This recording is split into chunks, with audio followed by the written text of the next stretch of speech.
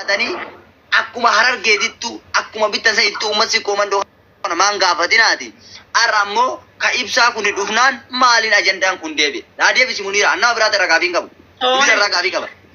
Namu calja. Gaafanne jira koppelin kuda. Obsaan video bare na da. Kuma kuda shan irratti ol baane warra makiinaa mutira ka dubsa.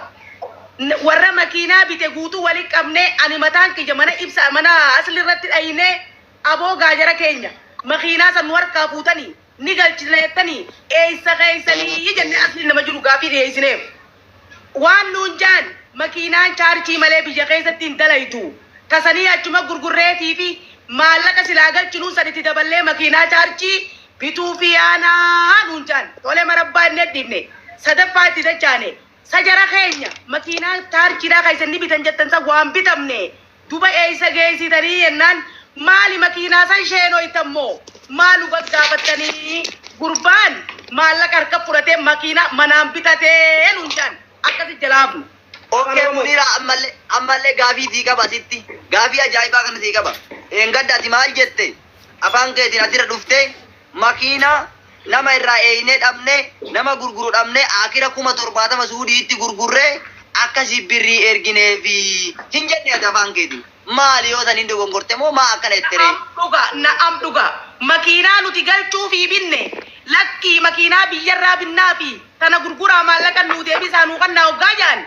Duba nuti oko kaa'ennee makiinaa abbaan didee biyyarraa hin bitadha jedhe gurbaan jaan. Akkam goonagaa itti aannee maallaqa keenya qiishaa baafnee binne gurgurree maallaqa deebifnee kan nuuf hin nu qaba kaa. Akkas kaa. Okay, Muniira amma moo bakkaatti illee gaafii qaba. Wanni ati jechuun jirtu makiinaa gurgurree gurbaa manaan bitatee jedhan jechuun jirta. Isitti gurgure moo warra artii kana gurgure moo warra hargeetti gurgure makiinaa? Nu gurgure maallaqa na hineef shee ibsaaf maallaqa na hineef. Nu tuutu itti dee makiinaa chaartii biyya keessaa bitaa naqaaf nuun janiin na hineef. Lammadallee makiinaa san isaa oofu dhabnaan deebinee gaafanne. Hoggusan itti deddeebinaan uummanni kun hayyee waa'uma namaa bitee udamaa aseen amma takkaalee calloo seenee inni qaanfannee dhiifnee. Maallaqa basoodee fi fuulii nyaatannaa jiqa. Akkana. Akkasi afaan Oromooti.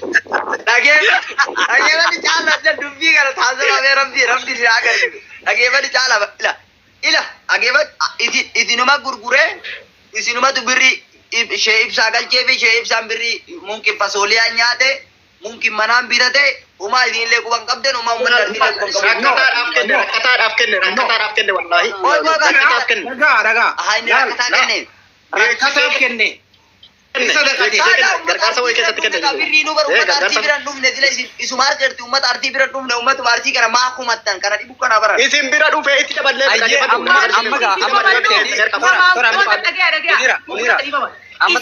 ummata sargiif hin tolle ummata sargiif hin tolle ummata afaan malee afaan qabne. Arraba yoo barbaadde arraba dhaabi Muniira arraba hin barbaadnu arraba yoo barbaadnu nullee arraba afaan qabne. Ansilaan arrabsaa jirtanii deemaa ka gaddeebisa gaggalaa mana shukulaa jirtanii mi shukulaa deemaadha. Guyyaa manni qiyya diigame baguma imilmaan Muniiraa garreettanii narra dijjisaan turre isin deema ammas kunoo.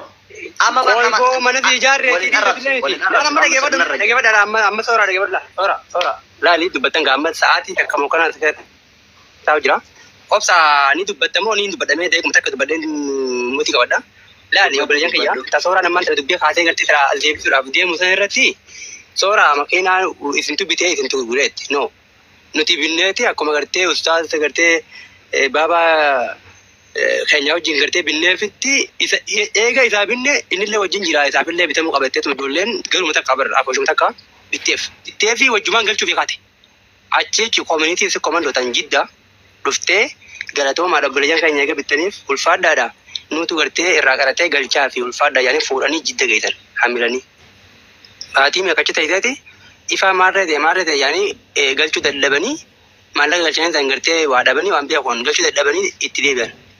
Callisan achumaan callisan achi haga gartee uffisanii gabbee gartee feesbuuk irratti kayyate tokko barreessutti achi booda lafaa kaanii uummanni keenya kun lafaa ka'ee gaafate akkanaati biyyatti makiinaan gartee onnaa hin daleedduu jaaniitti fuudhanii itti deebisan maallaqa wajjumaan gurguraniiti hoodhaa jaanii maallaqa itti gurguran itti deebisan osoo qarshii takka irraa hin ritin dhageesse itti deebisan maallaqa fuudhaniiti haguma gartee makiinaan gurguramsan fuudhanii itti ergan ustaadni waa aaruu waa gartee waan tembee kuni isin kabajama ulfaadhaa warra bitanii galatooma jeeti fuudhee miskiina kanneef.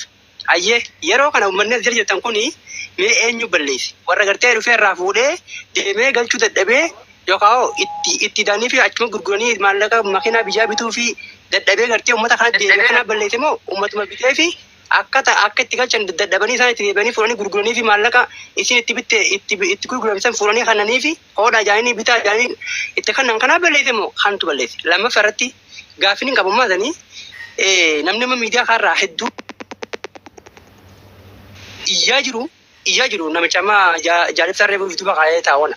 Kan eenyu maqaan isaa hin beekoni namicha waan qabrii cabsee bobboo fakkaata. Namichi kun amma sadaquma ijoollee teenyaatiin qoqoy sadaquma ijoollee teenyaatiin sadaqamaan niitii gartee gurbaa si duuba taa'u kana eenyu maqaan isaa. Lambaadhaame haa. Oo sheekaroo beektan kana kaa. Sheekaroo beekana. Dhufee lambaadhaame yaa.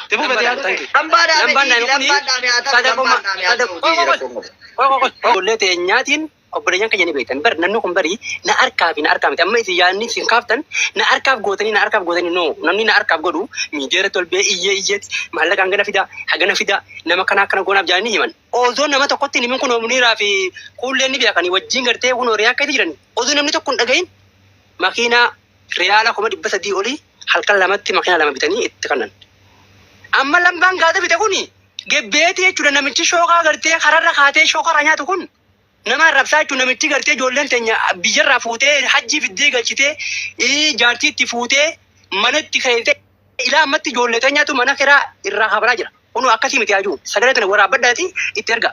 Ijoollee teenya mana kiraa irraa kabaraa jira. Nama keenya kuufitti biti. Uffata isin ammoo hundi keessan sooraan eebbadhaa dhugarraa waliin kaallaa hundi keessan afaanumaan jitan. Makiinaa gurbaa ni binnaaf jettanii asliin mana banatee iyyee maallaqa guruu dhabee ifi hanga arjoome nama hanga tokko harkatee maallaqa eeganii fi ustaazichi fuudhee miskiinaa kanneef ni dhiise. Makiinaa ibroo ibsaa kana ni binnaaf jettaniiti guyyaa lama ka'eetti guyyaa lama guutuu maallaqa Itoophiyaadhaaf miliyoona dhageeffadha miliyoona guutan guuruu dadhabdanii fi maatii faateetii fi namni muutirra kadhu.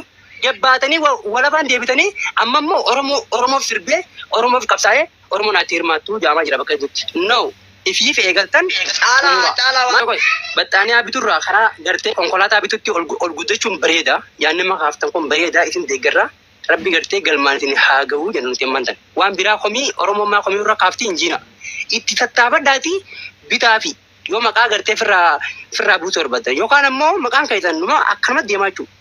Okay? Nuti walli isaaf makiinaa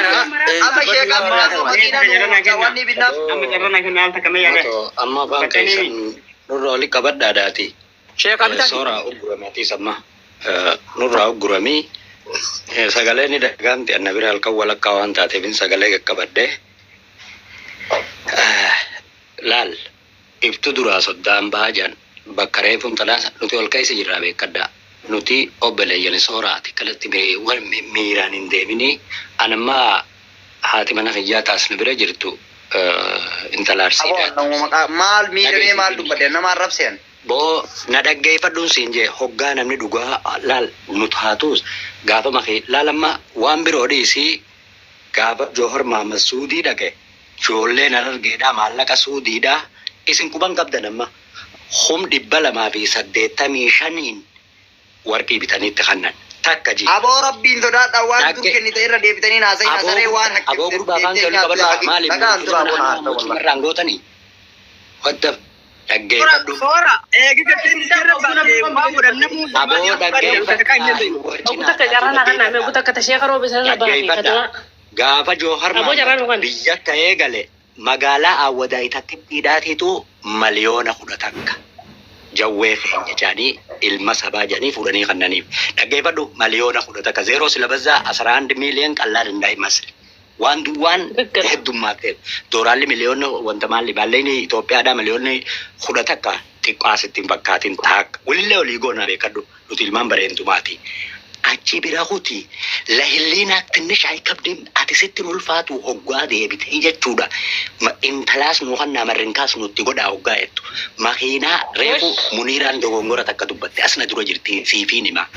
Akkamitti dogongora dubbatte nu gurguree jette never we can't accept that idea sanin qeebaluan annama taa'umsa san keessa jiru fuudhaniiti itti kannanii hoodha makiinaa galchaadhaaf nuti binnee fi akka harargeedatti akka ilmaan bareentumatti isin galchaadhaa janiin ana kachirra mahimaa isa dubbate yeroo sanitti kunoo sheebbaalee roobe ni jira nama jiru maaliin jirtu qaranii tanatti obsa muniran jirti dhaggeeffadhu obboleessa kiyya intala isinii kanneen marrinkaa itti isiniin goonu if dandahaadhaan jeen akkasittichi deemanii arsii afaan dadaata garaa keessi daddabaa waliin ja'anii gurguranii makiinaa san maallaqa gurbaa sadii kannan asliidha public ol baase viidiyoo sun ilaamaan na bira ni jirti asriin fuudheen maal jee arrabse isin silattuu nama harree isinii bite malee nama maal isinii bite jee an aslii isa obaasa irratti hin biloo kol goone kunoo dheengadda walitti araara dhaggeeffadhu ani sababa sanittiin aslii biloo godhee hanga ustaad riyaadii dheengadda sheerriyaan masrii jiru kaayiroo jiru kana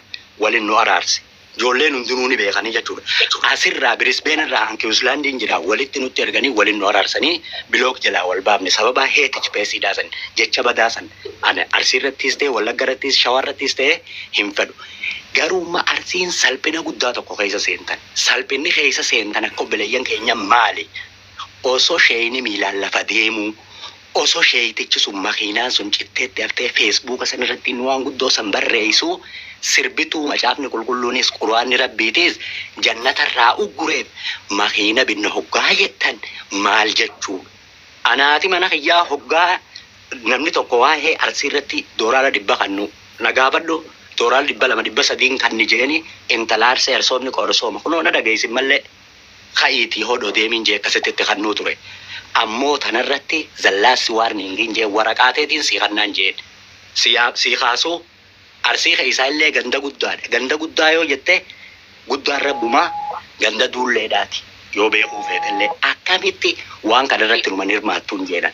Sababa waan kana irratti hirmaattuu jeen nuti walgahii atattamaa Kiwuslaanni kana keessatti teenye wanni tun safuudha. Arsii bakka lamatti addaan fottoisuudhaaf deemtan. Dhaggeeffadhu siifiin hima. Waan kana atiis akka obboleessa kiyyaatti akka ilma bareentumatti gabbahii mormi. Maaliif yoo jettan makiinaan dura ustaad ibsaa saniif nutilleen irra deebinee wali buunee binnee fi haala saniin kan namti heeti speech keessaa bahaadha. Nuti ilmaan bareentumaati qubii aanaa abbu gudduudhaa karagaraa aana. Holkoleen ammoo as jalaa teessee ganda namaa arrabsitu hin haarinaa harargeen caatii malee maal beeyte oggaa jaan isinis arsiin harree malee maal beeytan isiniin jaan yogguusan namni oli kutaa tanaas waliin hin ciinaa qaanfadhaa jechoota babbadoo keessaa bahaa. Nuti obboleeyyan wanni niin ani isiniin jiru xiqqisho ganda hayyuun keessan jirre akka isiniin hin jenne walumaan nu arrabsanii chaayinaan harree gurri tokko jaanii as deebi'aadhaa if laalaadhaa mee hogguta akka harargee barsiin akka ijoollee jimmaataa akka ilmaan shanangi beetaa akka ijoollee shanyii mootii kana taa'ame hogguta akka siyaasattis waa hundattuu qorannoo madeengatta Oxford University keessatti waan taates ijoolleen jimmaa osoo isin makiinaa caccabtuudhaan yaatanii xayyaaraan isin bira kuttee jirti fagaattee jirti amma torbaan kana keessa nama 4 warra PhD the world of research ijoollee jimmaatii as bahuudhaaf deema. Dhageessanii abijii godhee fi maali godhe ijoolleen siyaasaa quban qabdu waa takka quban qabdu because jabaataniiti hojjetanii lafa yaadan arsii barargeen asumarra ta'aadha gandi sun akkas tahee ilabboo keenya akkas ta'e uskeenya akkas ta'e jechaa hin oolinaadha jabaadhaadha waa hundaanuu garuu ammoo waan takka namaan namarraa laala an akka ilma bareentumaatti akka obboleessa keessanitti wanni tun waan badduudha.